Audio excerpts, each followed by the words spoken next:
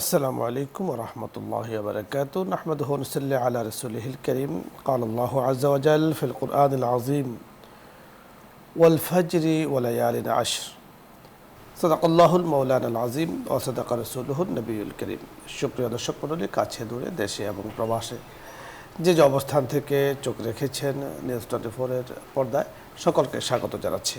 আছি আমি আপনাদের সাথে মুফতি আমজাদ হোসেন হেলালি। আমাদের সাথে আছেন ফজিলাতুল শেখ শিক্ষাবিদ ডক্টর মুফতি মোহাম্মদ আলিউর রহমান খান, মুহাদ্দিস, ইসলামিক ফাউন্ডেশন বাংলাদেশ। আজকে আমরা আলোচনা করব সময় ও রিজিকে বরকত পাওয়ার আমল। যায় দিন কখনো ফিরে আসে না, চলে যাচ্ছে যাবে। আল্লাহ রাব্বুল কারীম পবিত্র কোরআন হাকিমে জায়গায় জায়গায় সময়ের কসম দিয়ে আল্লাহ তাআলা বিভিন্ন কথা বলেছেন। যেমন ওয়াল আসরি, সময়ের কসম দিয়ে বলেছেন, দাহারের কসম দিয়ে বলেছেন, জমানার কসম দিয়ে বলেছেন। তারপরে সময় অত্যন্ত গুরুত্বপূর্ণ একটা বিষয়। ঠিক অনুরূপভাবে আমাদের ফিকির, আমাদের চলাফেরা, আমরা অনেক সময় চাই যে আমাদের হায়াতে, রিজিকে, জীবনে আল্লাহ তাআলা বরকত দান করুন। এই বিষয় নিয়ে আজকে কথা বলবেন বিশিষ্ট ইসলামী চিন্তাবিদ ডক্টর মোহাম্মদ আলিউর রহমান খান, মুহাদ্দিস, ইসলামিক ফাউন্ডেশন বাংলাদেশ। আসসালামু আলাইকুম। ওয়ালাইকুম আসসালাম ওয়া রাহমাতুল্লাহ। মুহতারাম, কেমন আছেন আপনি? আলহামদুলিল্লাহ ভালো, আপনি কেমন আছেন? আলহামদুলিল্লাহ, আল্লাহ তাআলা খুব ভালো রেখেছেন।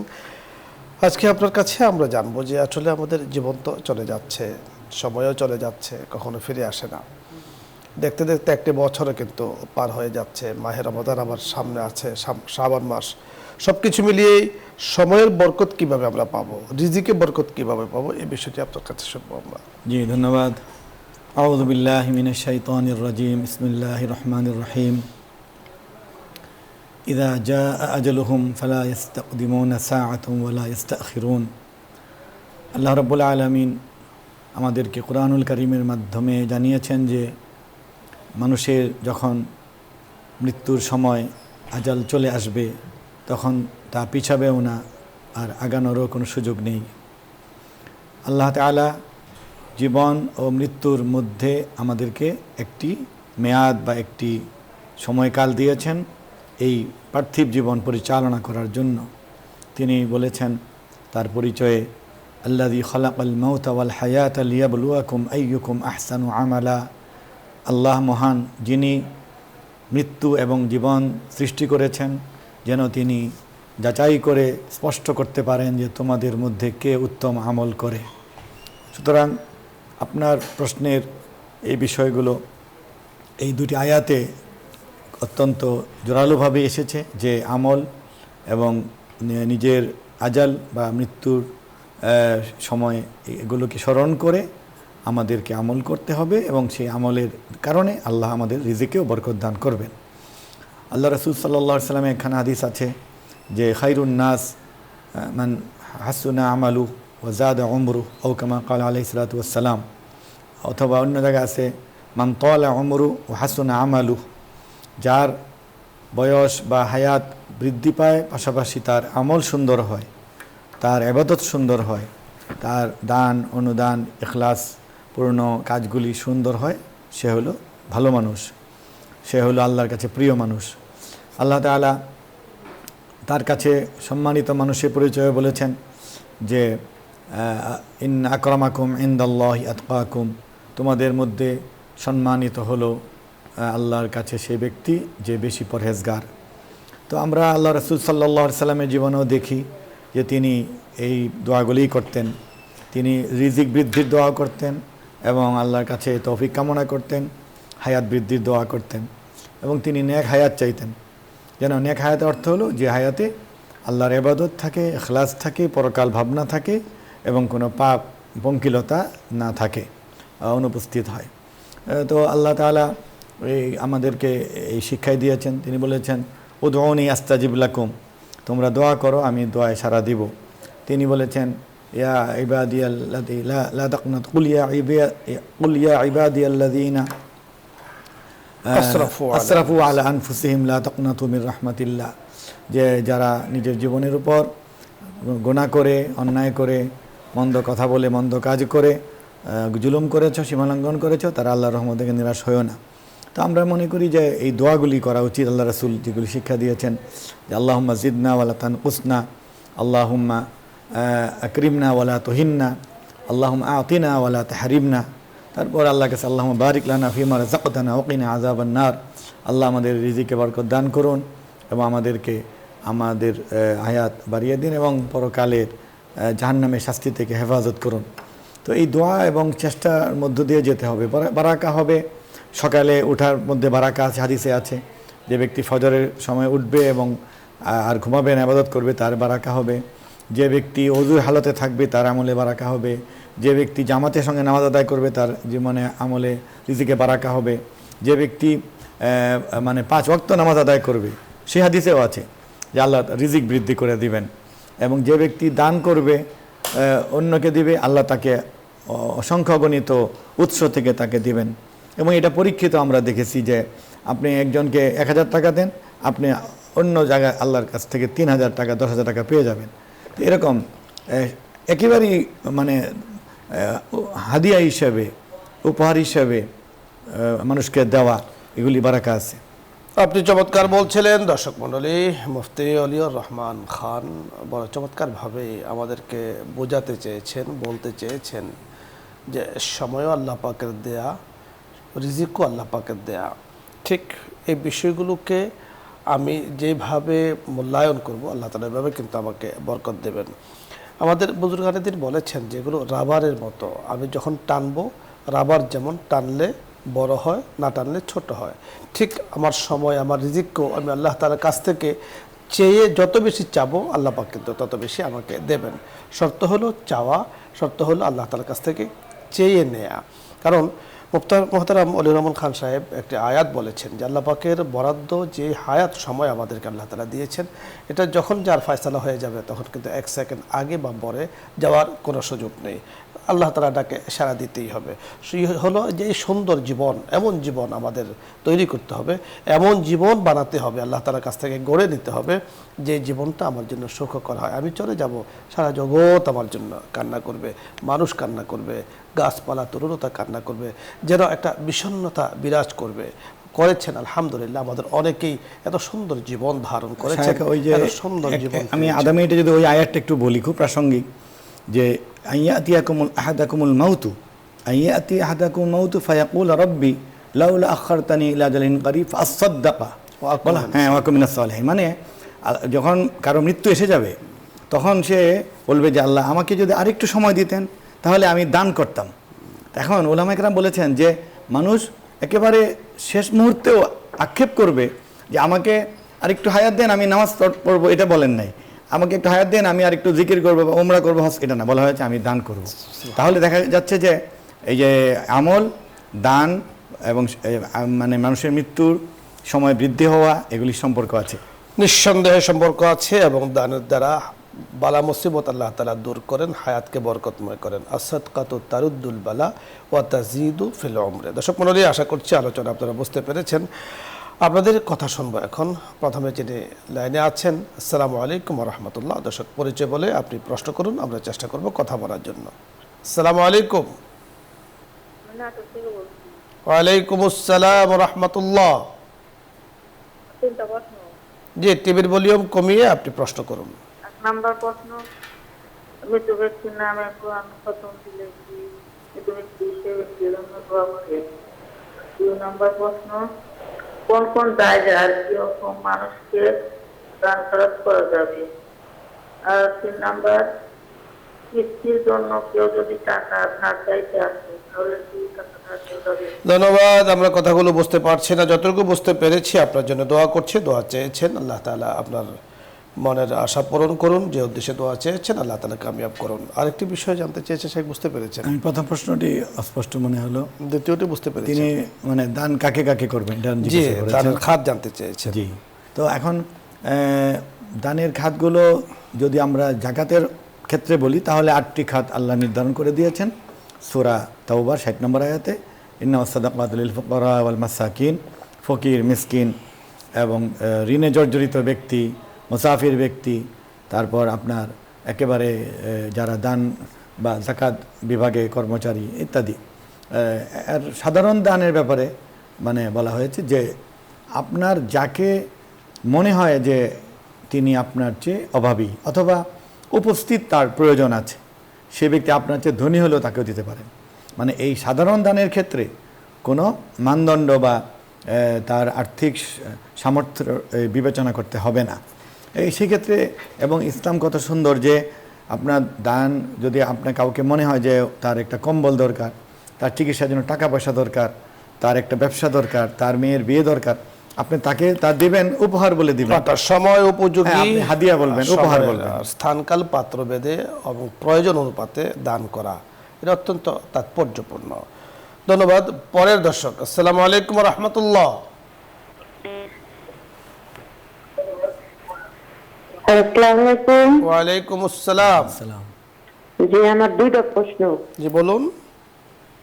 আমার প্রশ্ন হলো, আমি 5 ওয়াক্ত নামাজ পড়ি, জিকির আজকার করি, তারপরে সব সময় আল্লাহর দুরূদ পড়ি, কিন্তু কোনো কিছুতে আমার অভাব যাইতেছে না। জি আরেকটা প্রশ্ন হলো, আমার শরীরে একটা খারাপ আত্মার ভর করছে, এর জন্য আমি শরীর বন্ধ লেগে একটা তাবিজ রাখছি। এই তাবিজ থাকলে কি শরীরের নামাজ হবে? জি ধন্যবাদ, আমরা বুঝতে পেরেছি, আপনি শুনতে থাকুন, আমরা উত্তর নিয়ে কথা বলছি। প্রথম প্রশ্নটি কি যেন অস্পষ্ট শুনে? উনি নামাজ পড়েন, রোজা রাখেন, ভালো কাজ করেন, কিন্তু সংসারের অভাব দূর হচ্ছে অভাব না। দূর হচ্ছে না।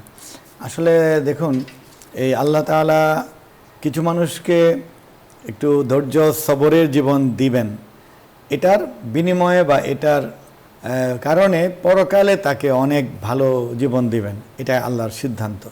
এই কোরআনে আছে যে আহুম ইয়াকসিমুন রাহমাত রাব্বিক নাহনু কাসামনা বাইনাহুম মাঈশাতাহুম ফিল হায়াতিদ দুনিয়া, যে আল্লাহ বলেছেন যে মানুষ বা অথরিটি মানুষের রিজিক বন্টন কি করবে? আল্লাহ বলে, আমি তো মানুষের রিজিক বন্টন করে দিয়েছি। তো এটা মাথায় প্রথমত রাখতে হবে, যেটা হলো বেজ ভিত্তি। এরপর হলো যে মানুষ তার চেষ্টা দিয়ে জ্ঞান অর্জন করে কোনো একটা পেশা গ্রহণ করে সে যদি কাজ করে যায় এবং আল্লাহর কাছে সাহায্য চাইতে থাকে, তাহলে পরিশ্রম করলে সে পাবেই। এটা আরবিতে একটা প্রবাদ আছে, মান জাদ্দা ওয়াজাদা। এখন এগুলি করার পর কারো মধ্য জীবনে বা শেষ জীবনে যদি অভাব অনটন আসে, তাহলে এটা আল্লাহর কাছেই চাইতে হবে, সবরের মাধ্যমে সেটাকে অনবরত আপনি চাইতে হবে। আরেকটি প্রশ্ন উনি করেছেন যে কোনো কিছু ওনার সাথে হয়তোবা ওনার ধারণা মতে যে দুষ্ট হয়েছে, তাবিজ রাখেন, এতে করে নামাজ হবে? তো আপনি তাবিজ রাখলে নামাজ হবে, কিন্তু আপনি তাবিজের চেয়েও বেশি সহায়ক হবে আপনি নিজেই ওই যে 5 ওয়াক্ত নামাজের পর সূরা ইখলাস, ফালাক, নাস পড়া এবং ফজর মাগরিবের পর সেই সময় আপনি 3বার করে পড়া। আর মা বোনদের যখন নামাজ থাকে না তখন আস্তাগফিরুল্লাহ আল আযীম এটা পড়া। নবীজি বলেছেন যে ইস্তেগফার, আস্তাগফিরুল্লাহ যে বেশি বেশি পড়বে তার সংকট দূর হবে, অভাব দূর হবে এবং উদ্বেগের কারণ দূর হয়ে যাবে। চমৎকার আপনি বলছিলেন, যিনি প্রশ্ন করেছেন আপনি বুঝতে পেরেছেন। পরবর্তী দর্শক, আসসালামু আলাইকুম রহমতুল্লাহ। আসসালামু আলাইকুম হুজুর। ওয়ালাইকুম আসসালাম। হুজুর, আমি কুমিল্লা থেকে বলুন। সাহর আলী বলছি। জি হুজুর, আমার একটা প্রশ্ন হইলো, যদি একজনে নিয়োগ করে মসজিদে যদি টাকাটা দান করে, এই টাকাটা দিয়ে মাদ্রাসা বা কোন রাস্তা বুঝতে পেরেছি, ধন্যবাদ। আপনি শুনতে থাকুন, আমরা পুরো বিষয়টা বুঝতে পেরেছি। শেখ বুঝতে পেরেছি? না, যিনি দান করেছেন দাতা, তার যদি ইচ্ছা থাকে এবং বলা থাকে যে মসজিদের জন্য, তাহলে সেটা মসজিদের কাজেই লাগাতে হবে। এখন যদি সেই মাদ্রাসাটি মসজিদের অধীনে হয় অথবা মসজিদ কমিটিতে আলেমরা এই মর্মে সিদ্ধান্ত নেন যে মসজিদের আপাতত কোনো প্রয়োজন নাই, তারা সিদ্ধান্ত নিয়ে যদি আরেকটি মাদ্রাসায় এমন দেন যেখানে নামাজও হয়, মসজিদের কাজও হয়, নামাজও হয় এবং কোরআন শিক্ষা হয়, তাহলে হতে পারে। কিন্তু এমনিতে খাত পরিবর্তন মসজিদের খাত থেকে আর কোন অবস্থাতেই রাস্তায় দেওয়া যাবেই না। রাস্তায় যিনি দিতে চান তাকে বলতে হবে রাস্তার জন্য দান করেন, সেটা আলাদা সওয়াব হবে। মসজিদের টাকা অন্য খাতে দেয়া এটা জায়েজ হবে না, খাত পরিবর্তন জায়েজ নেই। যিনি দান করেছেন উনি তো নির্দিষ্ট একটা খাতই দান করেছেন, এই খাত পরিবর্তন করতে হলে অবশ্যই তার অনুমোদন লাগবে, অথবা মসজিদ পরিচালনা কমিটি যারা আছে তাদের অনুমোদন আলোচনার সাপেক্ষে রেজুলেশনের মাধ্যমে সেটা হতে পারে। পরে দর্শক, আসসালামু আলাইকুম রহমতুল্লাহ। ওয়ালাইকুম আসসালাম। ওয়ালাইকুম আসসালাম। জি প্রশ্ন করুন। আমার 3টা প্রশ্ন। ওই বিষয় হলো কি, আমি গত বছর আমার অসুস্থ ছিলাম, রোজা রাখতে পারিনি, ক্যান্সার ছিল। তা এবছর আমি বৃহস্পতি সব নফল রোজাও রাখি, কিন্তু ওই 3টা রোজা ভাঙছি। এখন শেষের দিকে জানতে পারলাম যে যদি আমি নিয়ত করি তাহলে ফরজ রোজাও আদায় হবে। এখন কি আদায় হবে যদি নিয়ত করি? জি না জি, ধন্যবাদ। আরো দুটো প্রশ্ন আপনার আছে, আমাদের হাতে সময় যতটুকু আছে আমরা দোয়ায় চলে যাব। তো এই প্রশ্নটি বুঝতে পেরেছেন? কি উনি মানে কাজা রোজা রয়ে গেছে, এখন তিনি রাখছেন। নফল রোজা উনি রাখছেন, তো নফলে তো আসলে ফরজের নিয়ত হয় না, ফরজের নিয়ত করতে হবে। ফরজ যদি আপনার থেকে থাকে তাহলে তো ফরজের নিয়তই করতে হবে। আপনি ফরজ শেষ করে পরে নফল করবেন, পারলে করবেন, না হলে না করবেন। ধন্যবাদ শেখ আপনাকে। দর্শক মণ্ডলী, আপনাদের সকলকে ধন্যবাদ জানাচ্ছি আজকের এই সুন্দর আয়োজনে আপনারা আমাদের সাথে যুক্ত হয়েছেন। আমরা কিছুক্ষণের মধ্যেই দোয়া চলে যাব।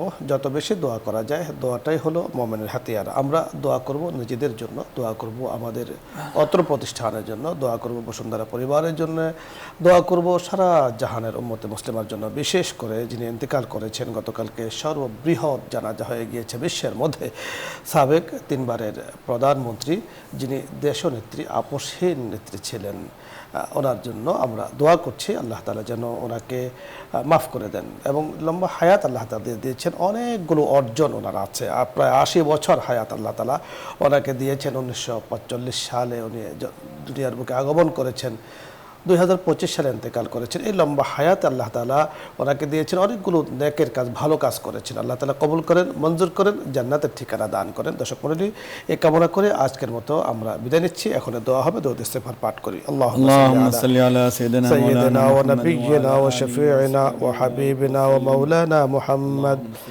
صلى الله عليه وعلى آله وأصحابه وبارك وسلم. رب العالمين، الصلاة والسلام على سيد المرسلين وعلى آله وأصحابه أجمعين. ربنا لا تزغ قلوبنا بعد إذ هديتنا وهب لنا من لدنك رحمة إنك أنت الوهاب. ربنا اغفر لنا ولإخواننا الذين سبقونا بالإيمان ولا تجعل في قلوبنا غلا للذين آمنوا ربنا إنك رؤوف رحيم. آمين. اللهم اغفر لنا ولوالدينا ولأجدادنا ولمشائخنا ولأساتذتنا ولأزواجنا ولذرياتنا ولمن له حق علينا ولجميع المؤمنين والمؤمنات يوم يقوم الحساب. آمين آمين. রব্বুল আলামিন আমাদের এই দ্বীনি কোরআনের আলোচনাকে দয়া করে কবুল মঞ্জুর করুন।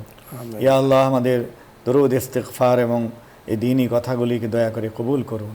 ইয়া আল্লাহ, এগুলির সওয়াব আমাদের সকল মুরব্বিদেরকে দান করুন। আমিন। ইয়া আল্লাহ, আমাদের আত্মীয় স্বজন, পাড়া প্রতিবেশী, দেশবাসী এবং মুসলিম উম্মার যত মানুষ মারা গিয়েছেন সকলকে সওয়াব দান করুন। আমিন। ইয়া আল্লাহ, বিশেষ করে দেশনেত্রী বেগম খালেদা জিয়া, যিনি ইসলামের জন্য, আলেমদের জন্য, মসজিদ মাদ্রাসার জন্য অনেক কাজ করেছেন এবং এই দেশের স্বাধীনতা সার্বভৌমত্বের একজন অতন্দ্র প্রহরী ছিলেন, তার অবদান জাতি স্বীকার করছে। তিনি ইন্তেকাল করেছেন, আল্লাহ তাকে দান করুন। আমিন। ইয়া আল্লাহ, বাংলাদেশকে প্রতিষ্ঠা করায়, গড়ে তোলায় এবং বাংলাদেশের অগ্রগতি উন্নতিতে যারা যারা অবদান রেখেছেন সমস্ত মানুষগুলিকে এর সওয়াব দান করুন। আমিন। ইয়া আল্লাহ, ধৈর্য এবং সবরের যে শিক্ষা, ইবাদত করার যে শিক্ষা আমরা আজকে আলোচনা করলাম, এর উপর আমল করার তৌফিক দিন। আমিন। ইয়া আল্লাহ, আমাদের সকলেরই মৃত্যুর মুখোমুখি হতে হবে। ইয়া আল্লাহ, সেই দিন আমাদের সকলেরই আসবে, আমাদেরও মৃত্যু ঘোষণা হবে, জানাজা হবে, দাফন হবে। এই কথাগুলি স্মরণ করে আমাদের আত্মশুদ্ধি করার তৌফিক দিন, আমাদের চরিত্র ভালো করার তৌফিক দিন, আমাদের লেনদেন, আয় ব্যয়কে ইসলামী শরীয়ত মতো পরিচালনা করার তৌফিক দিন। আমিন। আমাদের ব্যক্তিগত আমলকে শুদ্ধ করে দিন, আমাদের আকীদা ঈমানকে মজবুত করে দিন, আমাদের ইবাদতগুলিকে সংশোধন করে দিন এবং নিয়মিত ইবাদতগুলি করার তৌফিক দিন। ইয়া আল্লাহ, পুরুষেরা মসজিদে জামাতে আদায় করার তৌফিক দিন, নারীদের আউয়াল ওয়াক্তে নামাজ পড়ার তৌফিক দিন, ফরজ পর্দা করার তৌফিক দিন, যাকাত ফরজ হলে যাকাত দেওয়ার তৌফিক দিন, অন্যান্য দান খয়রাত বেশি বেশি করার তৌফিক দিন, সমস্ত অন্যায়, পাপ, মিথ্যা, জুলুম, সুদ, ঘুষ, দুর্নীতি থেকে দুজন দূরে থাকার তৌফিক দিন। ইয়া আল্লাহ, সমস্ত প্রতারণা, ধোঁকা থেকে দূরে থাকার তৌফিক দিন। মানুষের হক নষ্ট করার থেকে আমাদেরকে হেফাজত করুন। ইয়া আল্লাহ, আমাদের দেশকে নিরাপদ ও শান্তিময় করে দিন। আমাদের এই মুসলিম উম্মাহকে আপনি রক্ষা করুন। মুসলিম দেশসমূহকে রক্ষা করুন, ফিলিস্তিনকে স্বাধীন করে দিন আল্লাহ, সুদানে মুসলমানদেরকে রক্ষা করুন, অন্যান্য নির্যাতিত নিপীড়িত ভূখণ্ডের মুসলমানদেরকে রক্ষা করুন। ইয়া আল্লাহ, আমাদেরকে আর বেশি নেক আমল করার তৌফিক দিন, শীতকালে নফল রোজা রাখার তৌফিক দিন, রাতের বেলা নফল ইবাদত করার তৌফিক দিন, হালাল উপার্জন করার তৌফিক দিন, সকল হারাম বর্জন করার তৌফিক দিন, আমাদের পূর্বপুরুষদের যে পথে আমাদেরকে সঠিকভাবে চলার তৌফিক দিন। আমিন। আল্লাহ, আমাদের রাজনীতিকে সুস্থ করে দিন, আমাদের প্রশাসনকে, আমাদের সশস্ত্র বাহিনীকে সঠিক দায়িত্ব পালন করার তৌফিক দিন। আমিন। ইয়া আল্লাহ, আমাদের সমস্ত নেক আমলগুলি কবুল করে নিন, আমিন। আমাদের ত্রুটি বিচ্যুতিগুলি ক্ষমা করে দিন। আমিন। ইয়া আল্লাহ, পরকালকে ভেবে কাজ করার তৌফিক দিন, পরকালকে প্রাধান্য দেওয়ার তৌফিক দিন। ওয়াসাল্লাল্লাহু তাআলা ওয়াসাল্লাল্লাহু তাআলা আলা খাইরি খালকিহি মুহাম্মদ ওয়া আলা আলিহি ওয়া আসহাবিহি আজমাইন। আমিন বিরহমাতিকা ইয়া আরহামার রাহিম।